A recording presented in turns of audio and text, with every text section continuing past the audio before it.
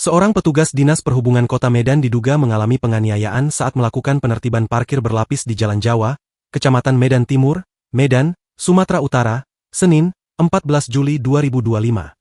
Kepala Bidang Pengembangan, Pengendalian, dan Keselamatan Dishub Kota Medan, Richard Medi Simatupang, mengatakan petugas tersebut kini dirawat di rumah sakit karena mengalami luka di bagian wajah. Sekarang lagi dirawat di rumah sakit, ada luka di bagian muka kena pukul, ujar Richard saat diwawancarai wartawan, Selasa, 15 Juli 2025. Richard menjelaskan, penertiban dilakukan setelah pihaknya menerima laporan dari masyarakat terkait keberadaan parkir berlapis di sekitar kantor Polsek Medan Timur. Dishub kemudian berkoordinasi dengan pihak kepolisian untuk menindaklanjuti laporan tersebut. Namun, saat tiba di lokasi, upaya penertiban justru mendapat perlawanan dari sejumlah juru parkir. Ketika di lokasi, petugas mencoba menertibkan, tapi langsung mendapat reaksi dari juru parkir. Terjadi adu mulut dan dorong-dorongan.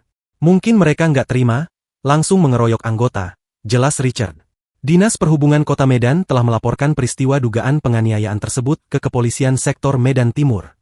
Richard juga mengimbau masyarakat dan juru parkir agar tidak memarkirkan kendaraan di zona larangan, seperti tikungan dan persimpangan jalan.